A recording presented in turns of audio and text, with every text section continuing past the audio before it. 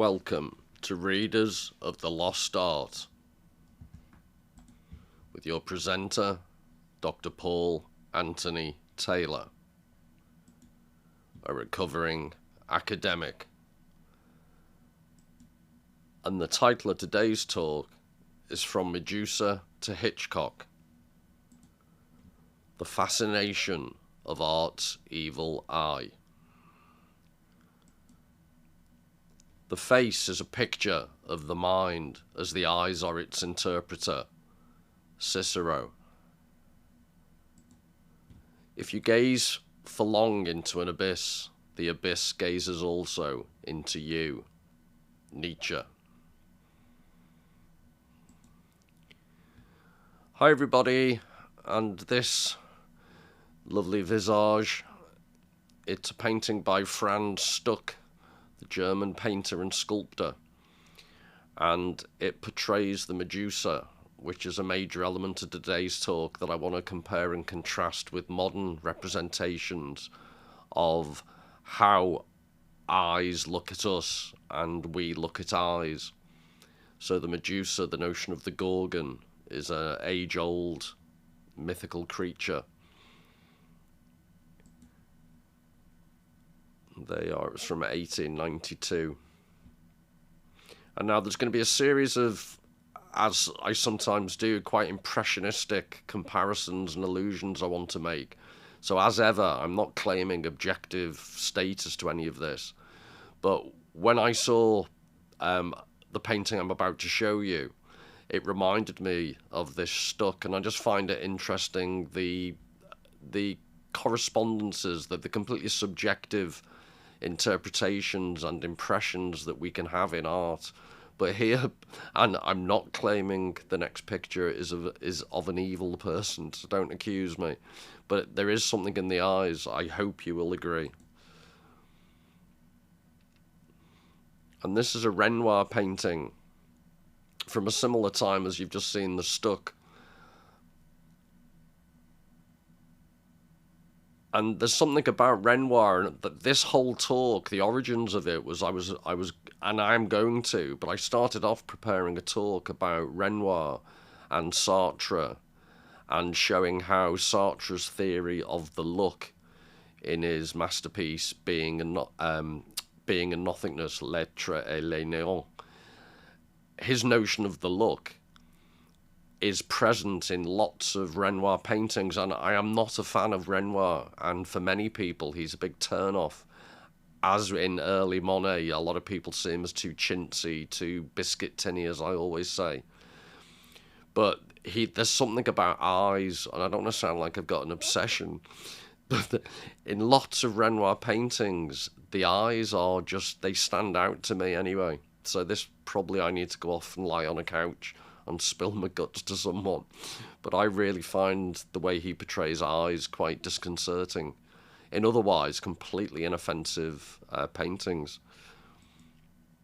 I don't know what you think, but I will go, when I look at Renoir and Sartre together, I've got a whole pile of Renoir paintings I'll save you from this time, where it will be weird eyes looking at you after weird eyes looking at you in otherwise completely innocent looking paintings. And then what I wanted to compare it all to was this odd character, Hitchcock. And this is a promotional still from the film Psycho. You can see over his shoulder, it's very, very cleverly posed photograph. But Norman Bates, and I think there's a hint of his mother's wig. And is that my imagination, or by the knife hand, there's the, like a lace collar, so he's dressed as his mother. Apologies if I've got that wrong, it's ages since I watched it. But I always say this, but I will be doing a video on Psycho and Rear Window. But this is the famous scene where she's been killed, the Janet Leigh character, who, I'm trying to remember, Marion Crane, I think the character's name was in the film, but it was Janet Leigh was the actress. And there's this close-up of the eye, which is a recurrent theme in Hitchcock. So what I'm suggesting is, from the first image I showed you of the Medusa, the Gorgon, right through, and to the present day, the claim I'll make is that the eye, the evil eye, it's never really left Western culture. It's always been there in various ways. And I am obsessed with Hitchcock. I think he's absolutely brilliant. But this is early on in Psycho, and if you haven't seen Psycho, please watch it. But this is the Janet Leigh character's stolen money from her employer to go. She wants to run off with her boyfriend, who's in financial trouble. And she sleeps by the side of the road. And in the morning, a traffic cop knocks on the window to see what's going on.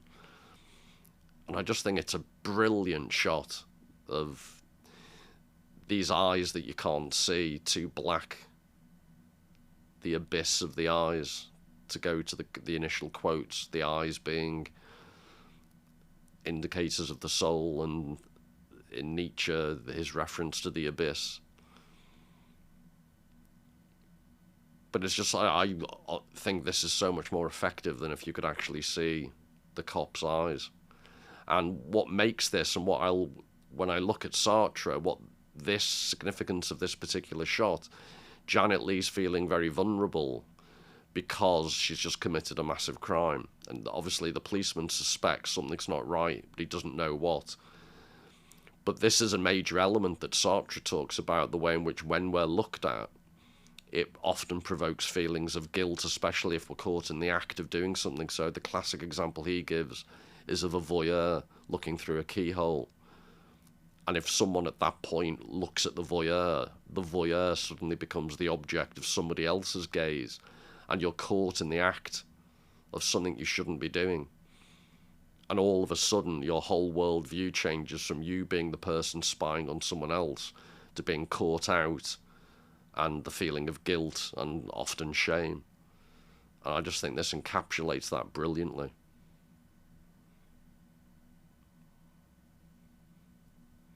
And again, with reference to what this reminded me of, and the weird cross-references that go on in my very, very odd brain, I hope I don't come across as too mad, but this is what this still has always reminded me of. This is a close-up detail. I'll show you the whole painting in a second, of a snake. And above the snake, you have this, it might be clearer as we pan back out, but the two blue blotches, it's almost like the snake's wearing Ray-Bans.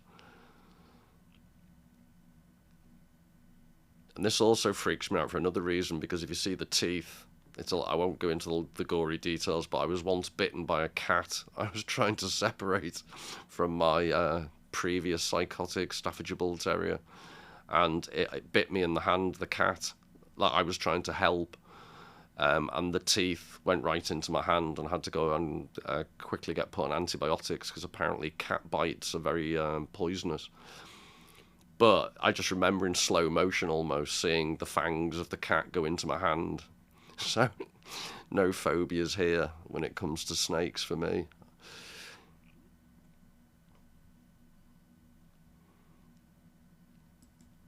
But that's from this painting, and I don't always show you a gallery hanging of a painting, but I did that for two reasons in this Franz Stuck painting.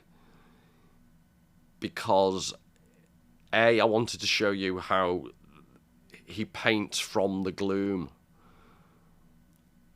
This would have been a good painting for the previous video, Roaming in the Gloaming. But if you can see how dark, there's a tiny bit of light coming in from the right hand side.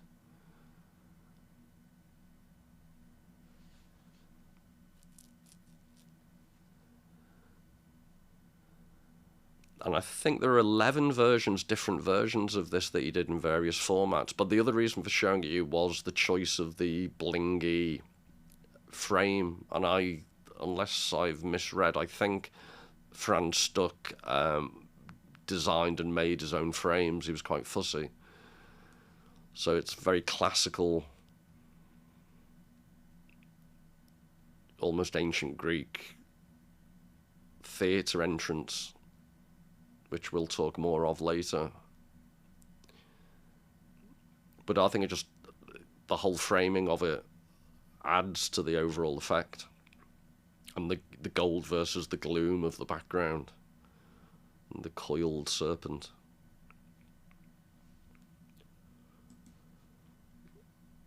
So like I say, he did a number of these paintings, and this was from 1911. It's called The Sin. So there's obvious references to original sin, Eve in the Garden of Eden with the serpent. The idea of woman as temptress.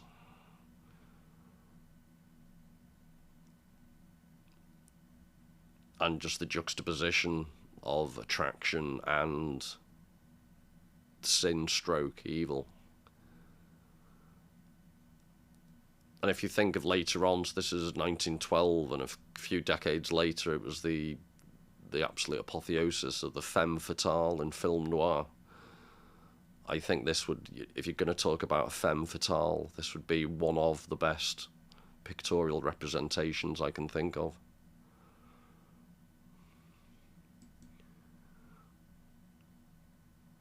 And this is just without the frame, just to give you more detail, to show you how the snake, the head comes out from the gloom. And notice the red lipstick.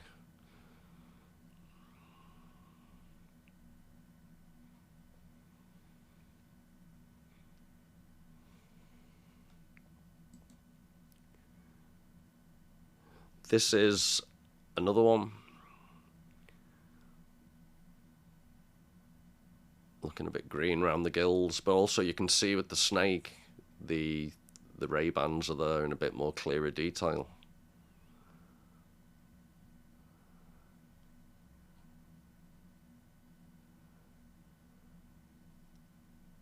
This always reminds me, is a line in Othello, the green-eyed monster that doth mock the meat it feeds upon.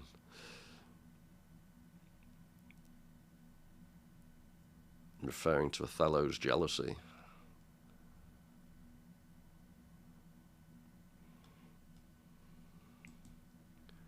And that's from 1908.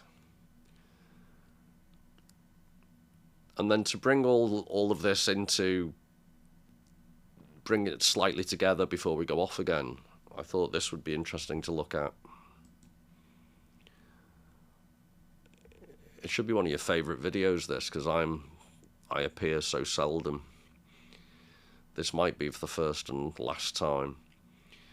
But this idea of the fascination of superstition. So quite a bit of information here, but to start off with, Bascania is Greek for the evil eye, and it's the root of the Latin phrases fascinum, fascinum and fascinatio, and we get the English word fascination from that. And until the 17th century, fascination in English referred to the evil eye. So in especially Greek and Turkish culture, and further east in India, the evil eye, it's been common in Western culture from ancient Greek times, but across it's a very diverse cultural phenomenon of people's fear of the evil eye. But why I'm emphasizing the etymological roots here, the origins of the word, is because the concept of fascination and its links with superstition. So superstitio, a superstructure, it imposes order as if from above, which is to say it operates beyond individual interests at the level of social organization. So that's the first usage and definition. The second usage, standing in paralysis and stupefaction over an object or person, a form of uncanny mortification, which is, it's in a brilliant book by a guy called Sebers, and he relates the concept of Medusa and the Gorgon to the myth of Narcissus. So I will be exploring how you can look at those two things together, because arguably they are quite closely related in quite an unusual manner you may not have guessed. And then finally, just amongst these phrases, the concept of an amulet, from the Latin amolior, to baffle. And what's interesting is the amulet, so let's just take these things one at a time. The concept of the evil eye, it's the Gorgon Medusa's face that I showed you the first image of, with the snakes coming out the hair. That is Gorgonion, I think it's referred to as, because is the actual head alone.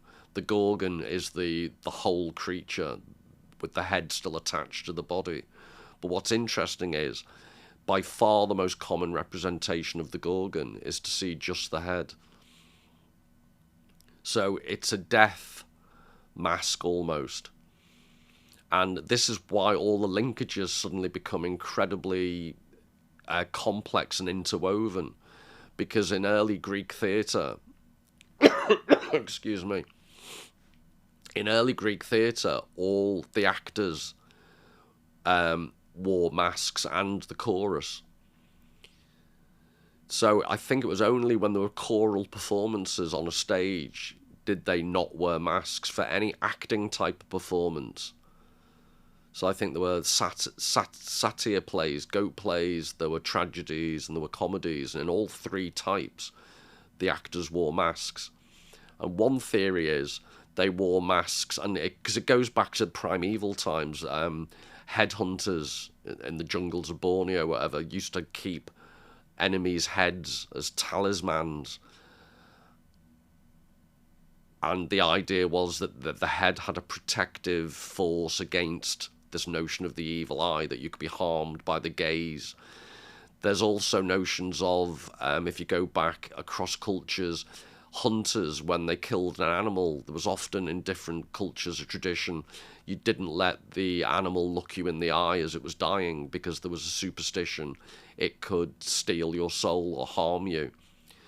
There was one, I think it was an African tribe, whereby when they periodically, they'd sometimes sacrifice a king for one reason or another, and they'd strangle him, but they wouldn't. There was another superstition about not letting the final gaze of the dying king catch anyone's eye.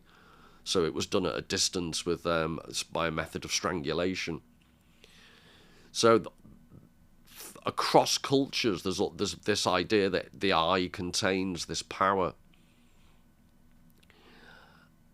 And this link between fascination as the second definition here by Siebers, paralysis and stupefaction, relates to the most ancient of primeval notions of the gaze from a dying animal or a dying king, or the look could paralyze you. And that's what happens with the Gorgon. Anyone who looks directly at Medusa is turned into stone. And in the myth, Perseus manages to cut the Gorgon's head off to create this death mask, this death head, by looking in a shield that Athena gave him. He uses that as a mirror. And that links to the final point about an amulet, from amolior, to baffle. Often, as I've already mentioned, various cultures would use the thing that's supposed to harm you as a form of protection. I think the adjective is something is apotropaic. When something serves as an amulet, it serves as a protective device. And so I think in Greek and Turkish culture, you'll see gift shops, they have little eyes that you carry as an amulet to ward off the effects of the evil eye. You would use the head in some primitive tribes. Headhunters would use the head of victims as an amulet against the evil that might then harm them in return. So there's this concept of the paralysis, being paralyzed by the thing you're looking at, also relates to the paralyzed thing, the death mask or the death head that you're using as an amulet. And you've also got this idea, the first definition of superstitio, a superstructure, it imposes order as if from above. So there's also the larger question of what's the purpose of all these myths. And this idea that it's a form of social organization, it's a way of organizing our thoughts across cultures, across civilizations, across time. It's interesting that even in modern times, this is what Hitchcock works on, these low-level superstitions, you know, from inverted commas primitive times, have never really left us. And I'm going to argue in future videos that one interesting aspect of all this is that stupefaction, that fascination, that concept of the evil eye actually applies to the notion of art. Because if you think Perseus is the person, the Greek hero, who kills Medusa the Gorgon, and as I've said, he does that using the reflection on his shield. So there's so many layers to all these myths, but one layer of that is you're not supposed to look directly into the abyss, to refer back to Nietzsche's opening quote. So you do it through a screen, the burnished, polished metal of the shield. And an additional aspect is, there are some people have argued that what may have also helped him kill the Gorgon is that she could see her reflection in the shield, so she was momentarily paralyzed by her own reflection, which allowed him to cut her head off. But this idea of not looking directly and using a reflection, I hope you'd see how that is relevant. That's what art does in a way. It looks at the essence of life, but through the mirror of art, through a reflection, through a screen, whether it's an easel, whether it's the cinema screen, whether it's through the medium of pottery, sculpture, and so on. But the double-edged nature of art is that, do you become stupefied and excessively fascinated by it, or is it a healthy pastime and a healthy cathartic outlet? So the cathartic aspect of art's been known since Aristotle, in his Poetics book, wrote about art as a catharsis. But it's got this double edge. Can we become stupefied? And talking about screens, I'd argue art is a screen that helps us. It tends not to stupefy us. It helps us reflect. Excuse me. It helps us reflect. Whereas modern screens are much more likely to be a form of stupefaction. We become fascinated by screens in a much more harmful, negative way. So that's one distinction I've made throughout the channel, modern day computer screens versus the much more empowering, the much more self-reflective forms of art.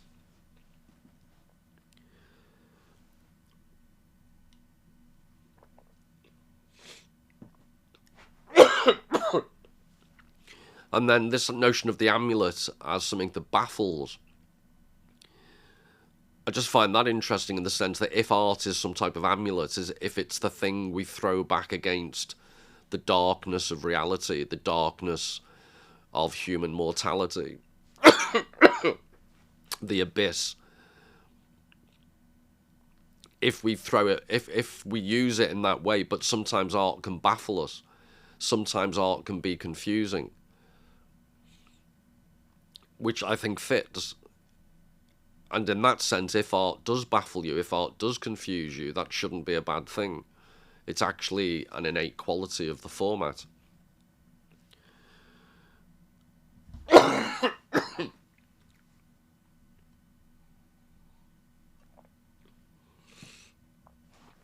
But just to develop some of the ideas, so that's a lot of the background, which I'll keep referring back to.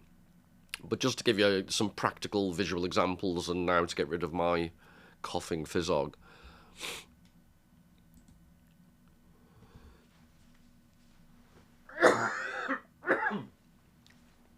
This is again from Psycho. So poor Janet Leigh has been murdered in the shower. Plot spoiler. And Hitchcock being Hitchcock, he shows the blood seeping out and steadily entering the plug hole and going round and round. And when I look at Sartre, there's a beautiful quote, I can't remember it off the top of my head, but when Sartre talks about the way in which other people look at us, when someone looks at you, it's as if your control over the world disappears down a plug hole because somebody else is also in the world looking at you and treating you as an object, not a subject.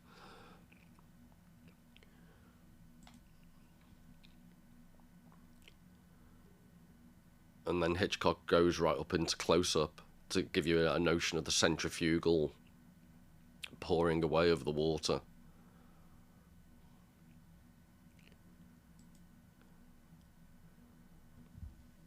And then he links it with Janet Leigh's dying eye.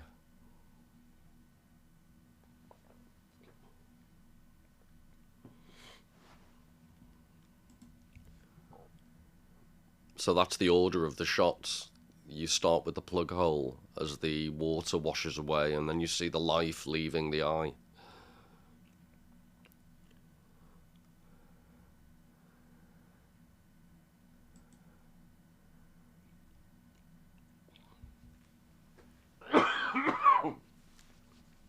And then this is Norman Bates. Earlier on, having spied. This is his little spy hole. And what this reminded me of, in another video, I've shown how Brunelleschi devised, in the early days of Renaissance rediscovery of perspective, visual perspective, the depth field in paintings. The camera obscura that they created from that time onwards is basically a pinprick of light like this. So it's got that connotation, the camera obscura. But this, again, this Sartrean notion of looking, the act of looking at someone. You know, voyeurism is the most extreme form of objectification of the other.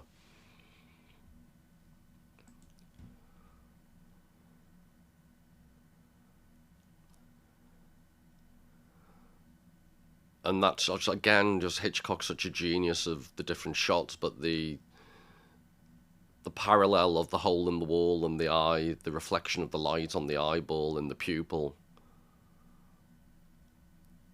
It's a brilliant shot. And then just to underline the fact that, you know, Psycho and the obsession with the eye wasn't a one-off. This is from the opening credits of Vertigo. And this spiral, and the spiral becomes a theme throughout the film.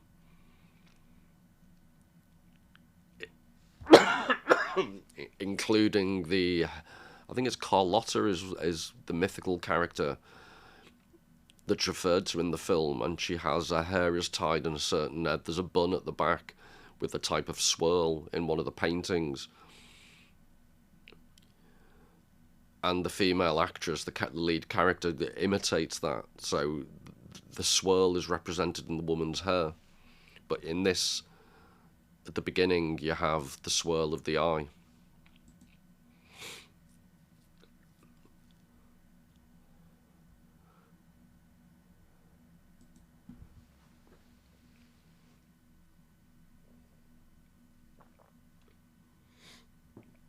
A very psychedelic use that Hitchcock uses at the beginning of the film.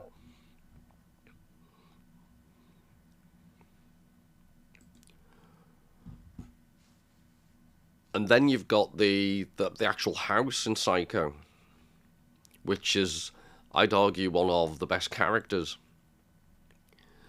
I'm not saying Anthony Quinn's acting is wooden or anything. I'm just saying the house itself has this looming presence, almost like this dark, macabre face looking down on us, which I think is, you know, quite well represented in this shot.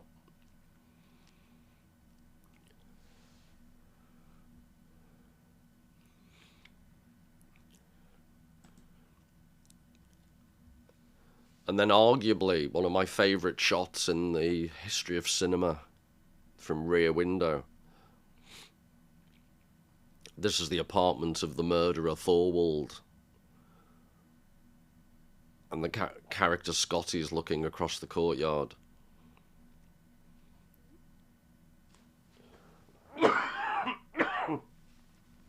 And this is all he can see. It's like a demonic eye looking back.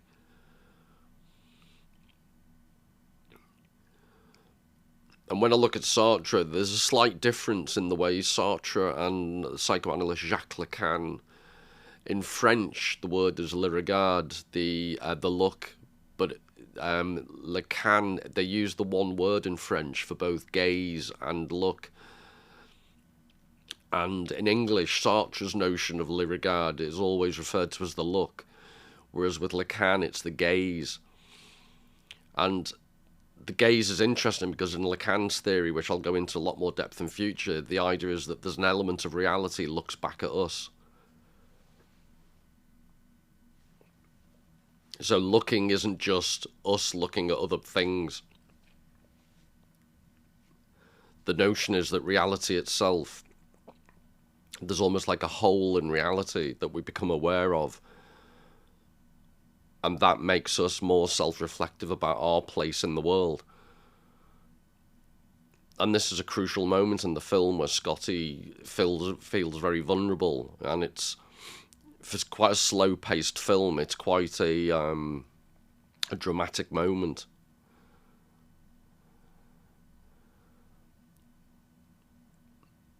But just, the glowing end of a cigar,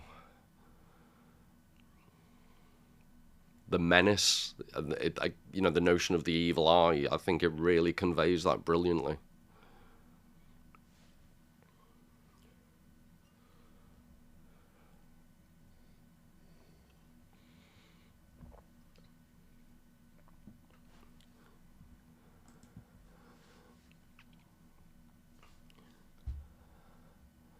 I lied, I'm back. This probably is for the last time.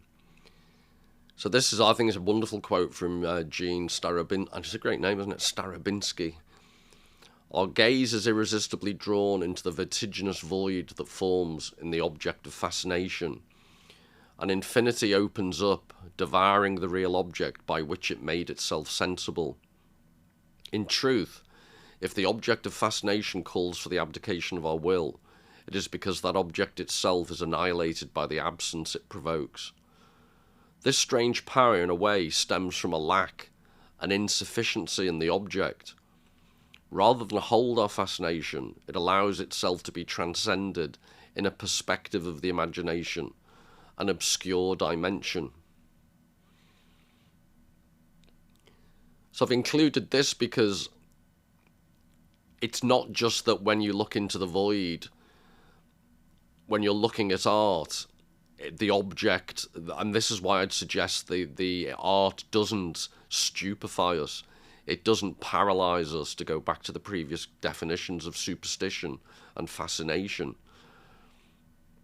It's because the object that we're looking at, it absorbs us, but in a way, as in this quotation, the object, if it makes sense, almost sacrifices itself for our imagination. So it draws us in. But then it says, because that object itself is annihilated by the absence it provokes. So this strange power, in a way, stems from a lack, an insufficiency in the object.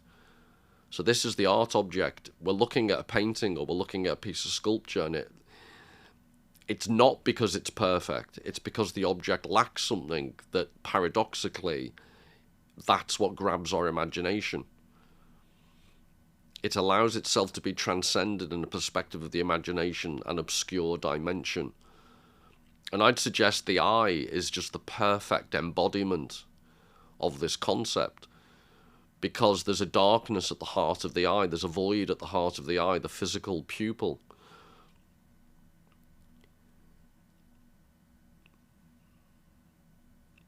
An obscure dimension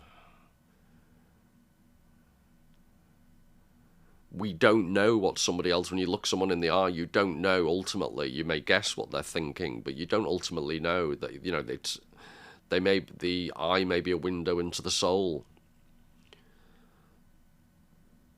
The eye may be this, you know, purportedly transparent entry into someone's mind, to paraphrase Cicero at the very beginning.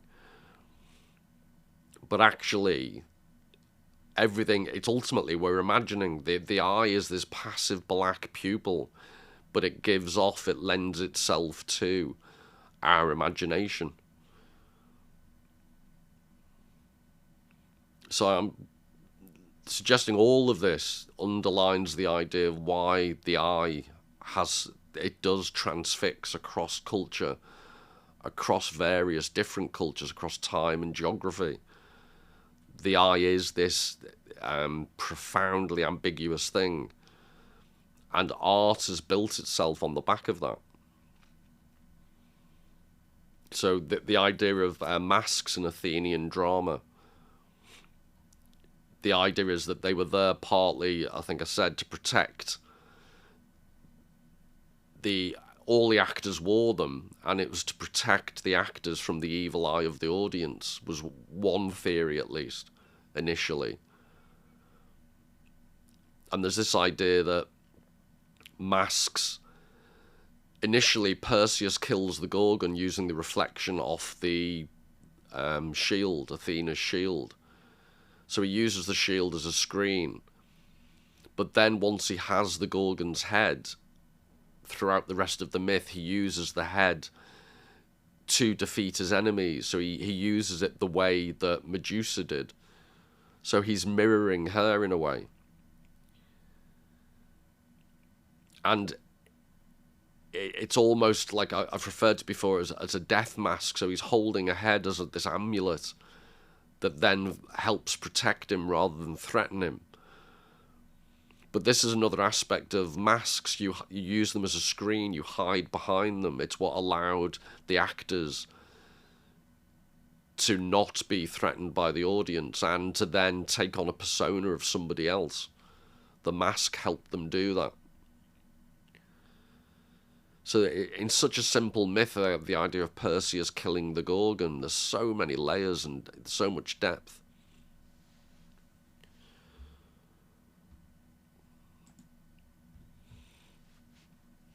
And this is a Roman mosaic of the evil eye.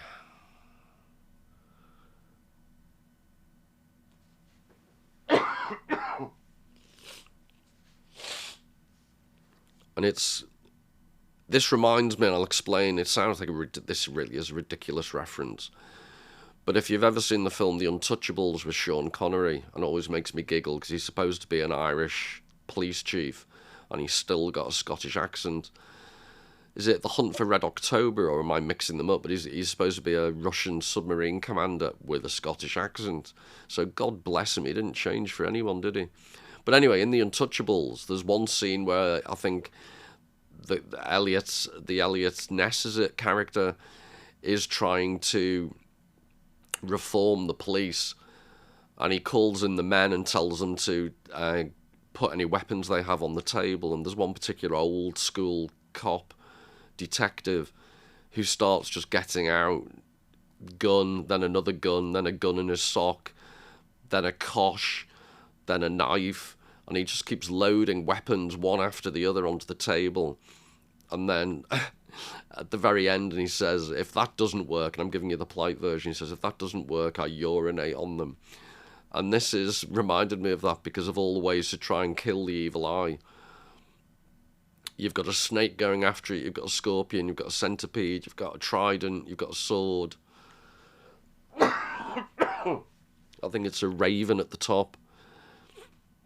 And then you've got this weird dwarf character with 2 cross sticks and a very large swinging phallus. And there's a cat, I think I forgot to mention. Yeah, it's definitely all going on there.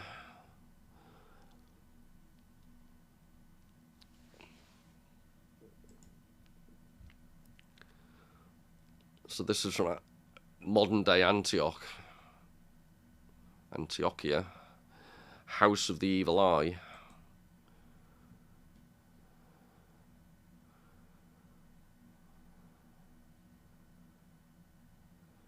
And just a description of what I said.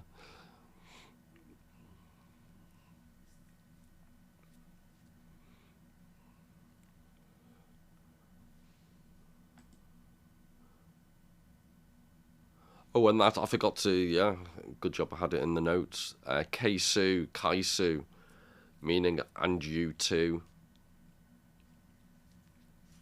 Which I'm assuming means that it's the Greek warning, it's after you too, the evil eye. You're not immune. You, the viewer. And here's a mosaic, and remember the Gorgonion, or Gorgonion, is the... You only ever normally see the head, the decapitated head. You don't see the whole body. So in that sense, this allusion I'm making to art holds, because the Gorgon's head is already dead. It's already a representation, a mask of what used to be. And arguably that's what art is. That's what art does.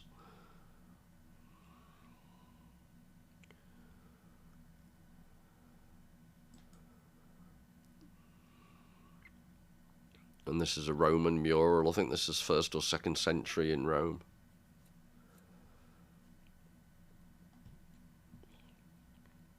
And forgive the vulgarity, but this is what the actual inscription, Cacator Cave Malum, beware of the evil eye. And this was a fresco, so on the way to the toilet, this is the type of warning you'd have.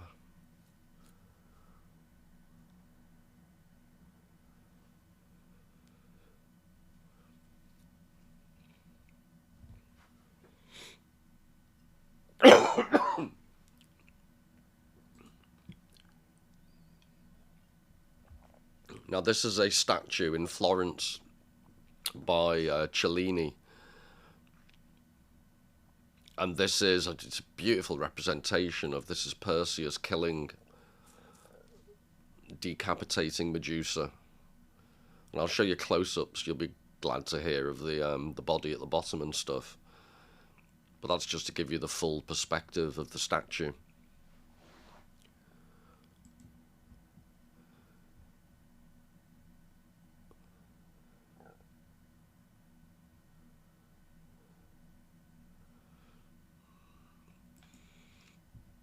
And I'm showing you the close-up here because just to reinforce how similar the face in profile looks. So Perseus on the left, Medusa on the right, and Cellini's suggesting that in some ways they're mirror images of each other. And this is borne out in the myth, because once Perseus has killed Medusa, there's various versions of the myth, but one of them is he flies away using, I think, he's got winged sandals, and over the desert of Libya, blood spills from the head of Medusa. And when it hits the ground, remember, her hair is made of snakes. And when the blood hits the floor of the desert, vipers spring up. So that's supposed to be the origin myth of how the desert has snakes. But the point of that is that Perseus is killing evil.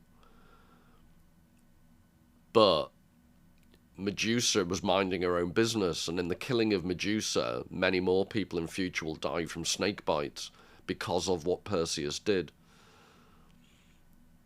And originally, Medusa could turn people to stone if she looked at them. As I've said, Perseus, by stealing the head, then uses it in future to defeat his enemies by doing exactly the same. So there are parallels between the two.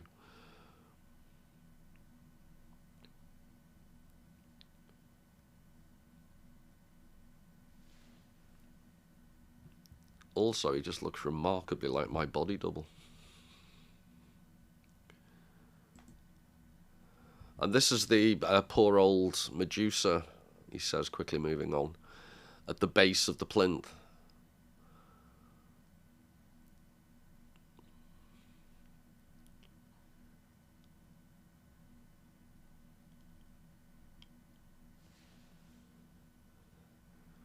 So it's not often that it's obviously the way the sculpture's made. The head is separated, the standing on the body. But this is relatively unusual in the sense you don't normally see. Normally you only see the Gorgonian, the actual head, as a talisman.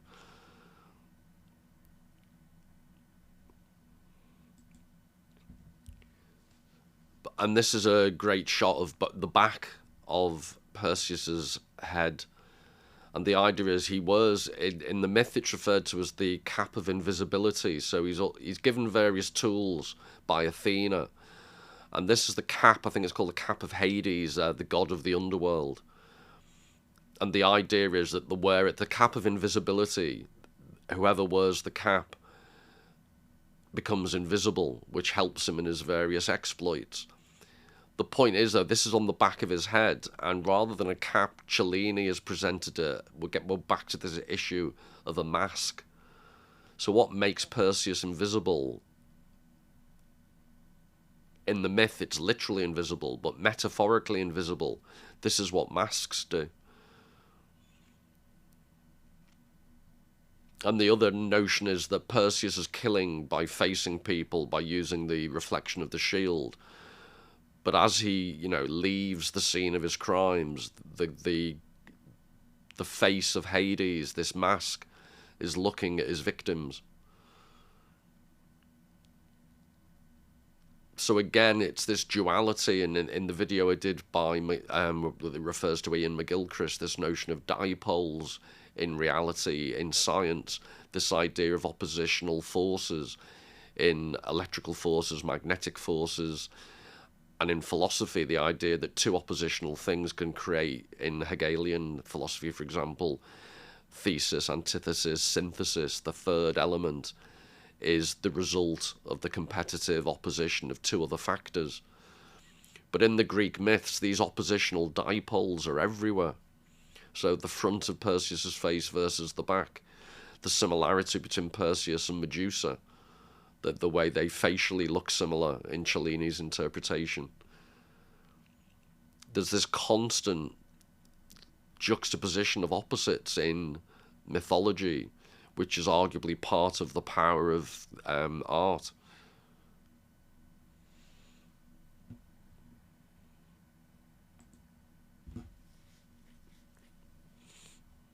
And this is Caravaggio painting Medusa's head on, and this is known as Athena's shield. The idea is that Athena gives Perseus a shield, and it's referred to as an aegis. And originally, I believe the aegis was sometimes depicted, or originally may have started off as a goat skin.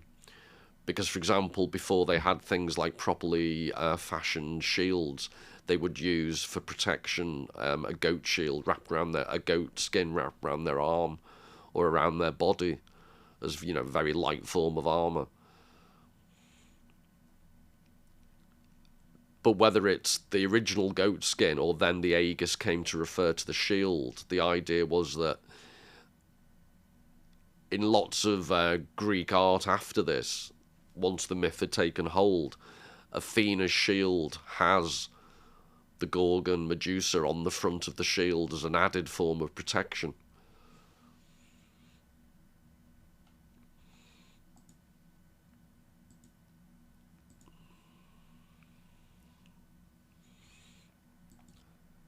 And then this is a chariot pole, I believe, at the end of a chariot pole. I think it's 2nd century Roman. And what's interesting here is it underlines the fact that in lots of Roman and Greek art, you normally see the profile of faces, in other words, side on. But the Medusa Gorgon face is interesting because it's always shown directly facing head on, so you can see the eyes, which is all part of this evil eye tradition.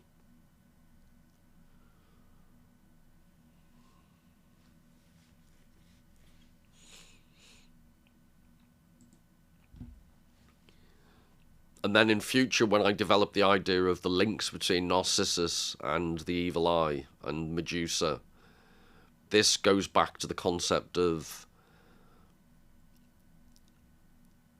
fascination, paralysis, stupefaction. You know, Narcissus doesn't originally realize it's his own reflection, so he's falling in love, and this is the extreme form of art, but as I've argued throughout the channel, nowadays much more applicable to screen technology that people have become fascinated by in the worst sense of the phrase. So the myth warns against excessive fascination with any image. Caravaggio's painting underlines he's reflecting upon, we've got a different view. Narcissus is looking down at himself, but Caravaggio is getting us to look side on. From the front, directly on. So we can see, we can witness Narcissus's self-obsession. So in that sense, art is it's an immediate form of reflection. So it's not just the reflection of Narcissus, Narcissus's reflection of himself. We're reflecting upon him, reflecting upon his own reflection. There's layer within layer within layer, and that's what art does. Whereas swiping on screens endlessly tends to be much more one-dimensional.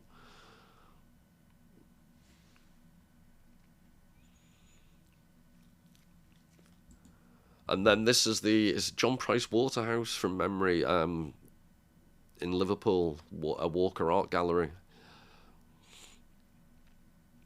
But what I love about the Caravaggio is that he really emphasizes the isolation, the tunnel vision, Narcissus looking into the abyss. This painting gives much fuller context of the social situation. So think back to the quote about superstition.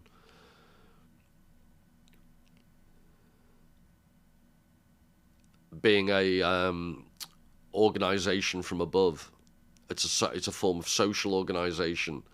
The message in this painting is much more to do with the social setting and how Narcissus has separated himself from Echo and the rest of the world. So the social context is provided here that wasn't in the Caravaggio. And in the original Greek Ovid, it's interesting that Narcissus's only real crime is to reject various suitors, both male and female. He doesn't actually do anything that bad, but what's not permissible in the Greek mythological worldview is to isolate yourself from the rest of society. So this idea of superstition being a form of social organization of our ideas. You know, the message of the myth is that no good comes to someone who isolates himself to that extent.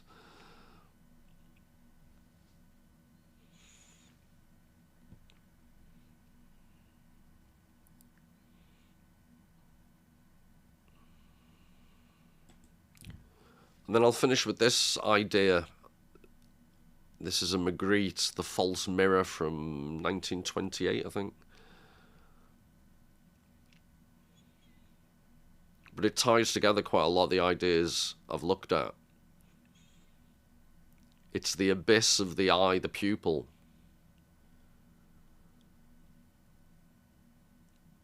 And on the one hand, if you looked at that eye, you're seeing a reflection of the sky. So one question is the person whose eye that is just thinking of the sky they're looking at that's reflected in their iris?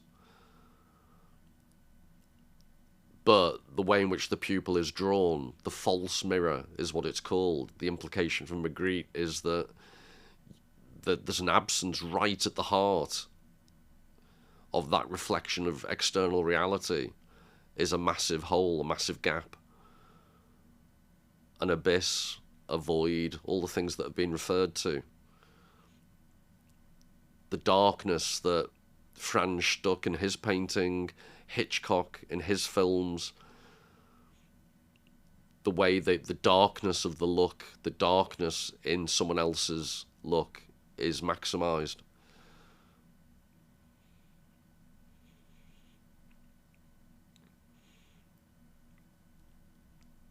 So what Magritte's doing is taking art and engaging with the void, engaging with the abyss.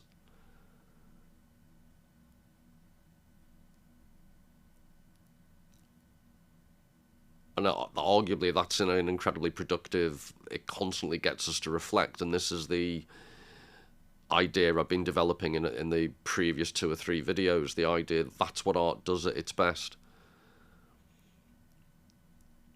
Whereas non-art, the entertainment, the mass media that we're surrounded by, doesn't even allow us, we're not even looking at the Gorgon through the reflection of Perseus, Athena's shield that Perseus is holding.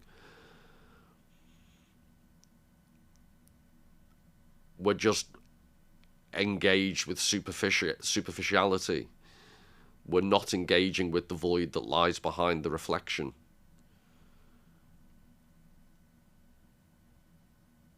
And that's the ambiguity, that's the darkness right at the centre of reality that art allows us to experience without hopefully overwhelming us.